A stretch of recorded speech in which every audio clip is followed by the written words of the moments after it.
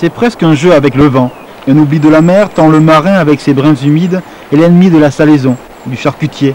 C'est dans la montagne où l'influence océanique dessine d'autres tempéraments d'hommes que sèche la charcuterie. Michel est resté fidèle à cette tradition. Le laboratoire est dans la plaine, mais le séchoir est toujours le même, celui des aïeux.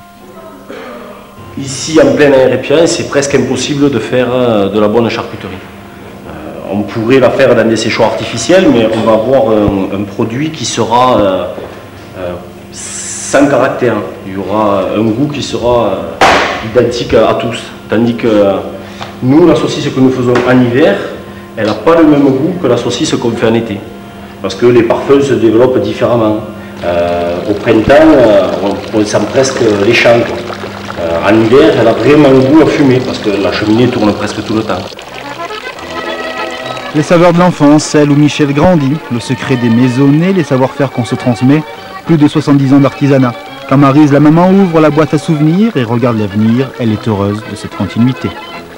J'ai vu beaucoup de fierté quand avec mon mari nous avons repris l'affaire et à ce moment-là ma belle-mère a réalisé qu'il y avait un suivi et je dois dire que en plus nous avons eu la chance, je dois dire, de réussir. Et sur le chemin des écoliers, pardon des charcutiers, écoutez le vent, il n'est plus le même. Écoutez le vouloir, c'est le vent des séchoirs. Une fois la croix de Moniz franchie, vous êtes dans la patrie des charcutiers.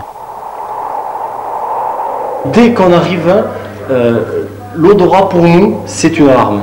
On rentre dans le séchoir, on sait s'il est humide, comme aujourd'hui. On sait s'il est sec, s'il est trop sec. On sait si les jambons vont bien. On est toujours en train de les surveiller, on mémorise tous les emplacements de tous les jambons.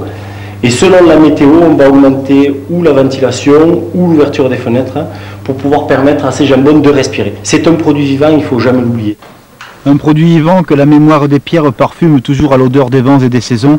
Une mémoire des êtres comme une flamme de passion pour Michel le charcutier de la plaine, si fidèle à sa montagne, ouverte à l'océan.